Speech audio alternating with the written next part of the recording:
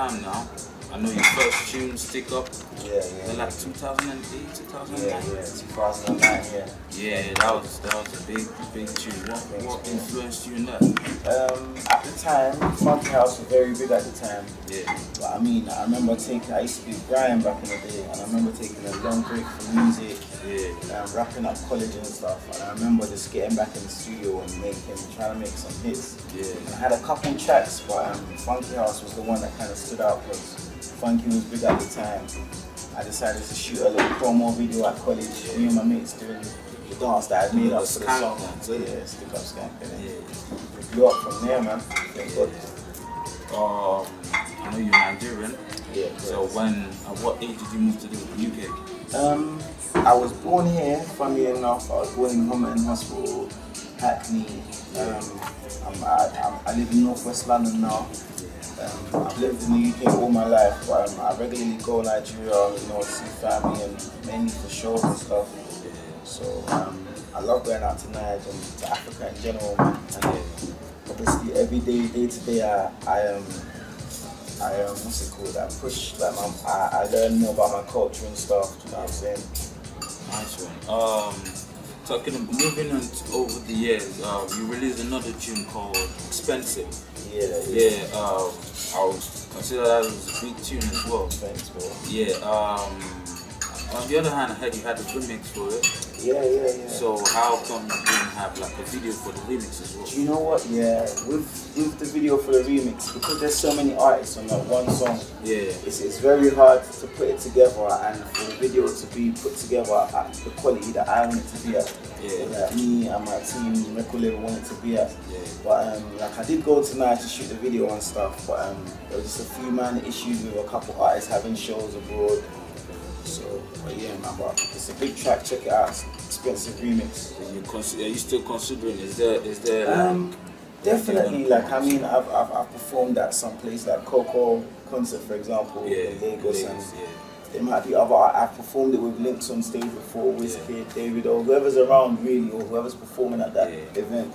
So I think we might have to maybe see whatever events are coming up that we might be at and get some footage and put it together. If you take a trip to Nigeria and go shoot the video, what do you think about that?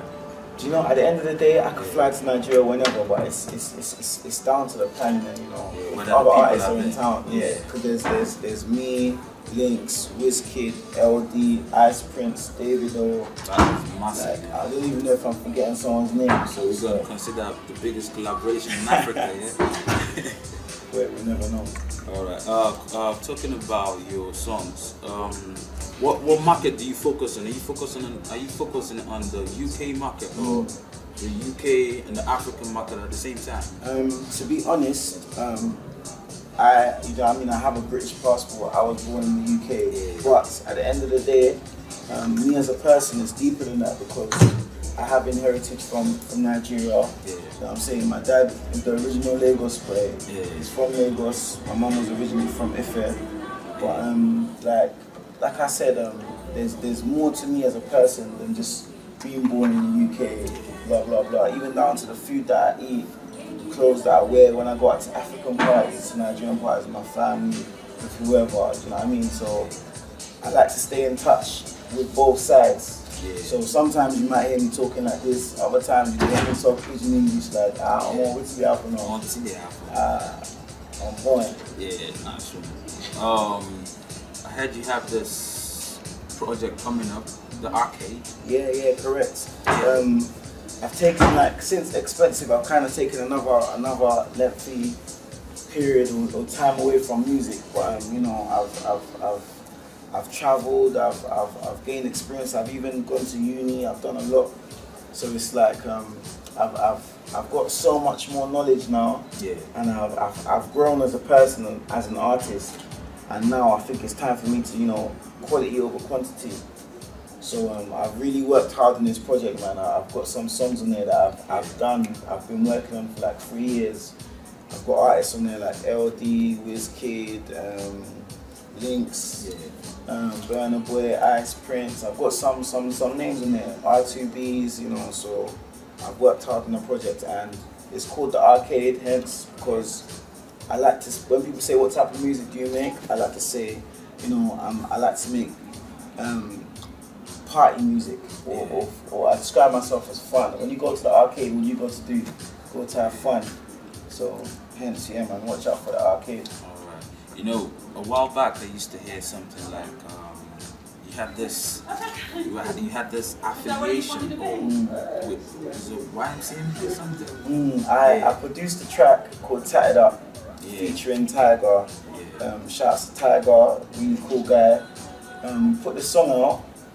Like it kind of got leaked, but from it being leaked within 10 minutes, it's like, you know, we started pushing it because it was a good look for the UK scene, for in general, like me as an artist, you know, coming from a funky house scene originally, because my first big song is from funky house, but I try to just kind of show people that I don't do one genre of music, like, you know what I mean. And the song's called Tatted Up. I'm tatted up. Tiger is definitely tatted up. It was a good track, good promotional track. It did a lot for me, man. Right. So it's just the production thing. I produced the track and I featured Tiger on it. Yeah. So nothing more. Nah, nothing more than that, man. On the other hand, let's talk about the type of sound you put on your music. What can you call that? Because it sounds, what do you call it? Is it? Yeah, you know what? Yeah, when people normally ask me, when they try to ask me to give a title for it, like, or do you know what I mean, a no name, I just say it's a hybrid of maybe 3 different genres. Yeah. Which I would say is dance, electro, electronica, and Afrobeats, I would say. But you know, the Tatted Up track, for example, featuring Tiger, is a hip hop track. So it's like I wouldn't class myself under one genre. I just like to make fun music. You can listen to it when you're going out and you're getting ready to go out. Hopefully you'll hear it on the radio on your way out. And when you get to the club, hopefully you'll go there and you'll have a good time. Type of thing. That's good. What can you tell the upcoming artists? Like, what advice do you have for them? Just stay true to yourself, definitely. If you are religious and you believe in God, put God first in everything you do. Be thankful for any opportunities you get that come your way. And yeah, just stay focused, like, and don't, anybody that's trying to discourage you or take you off track from your finish line, your focus, just stay away from them, man, and just work hard. And yeah, man. Yeah. Definitely. So upcoming artists, stay on your grind.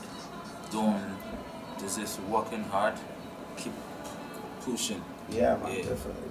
Yeah, thanks, man. God, ask him about his new tune. That's your bro. Yeah. Bro, you got to ask him about his new tune.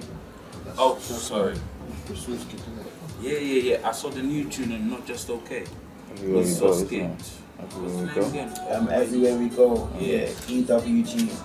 So yeah, that's the first kind of track I've put out there, just to give people a little teaser of what's coming and the type of music I'm making. And yeah, that track's called Everywhere We Go. Hence, I've performed in a lot of countries all around the world. Likewise with Source Kid, he's done his thing all around the world. And we've got in the studio with Rhymes, who's a very big producer in the UK, and we made it happen, man, and I'm happy with the track.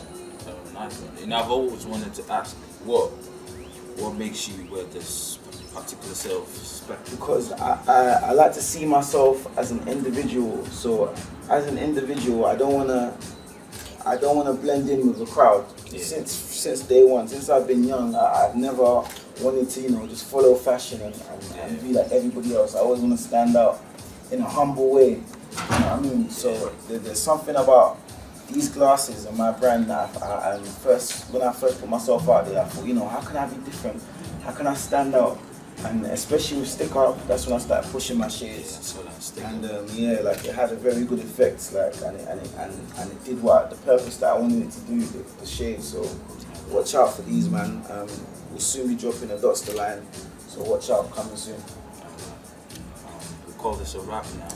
Cool. Thanks for having me. Yeah, man. Thanks for having me, man. Alright, we just ended this. Watch out for DotStar's new project, The Arcade. This is Chibo for Aphroden. Stay tuned. Scotland, they know us.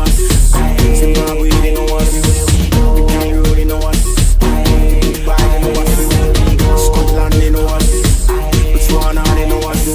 Botswana, they know us. British, they know us. In London, they know us.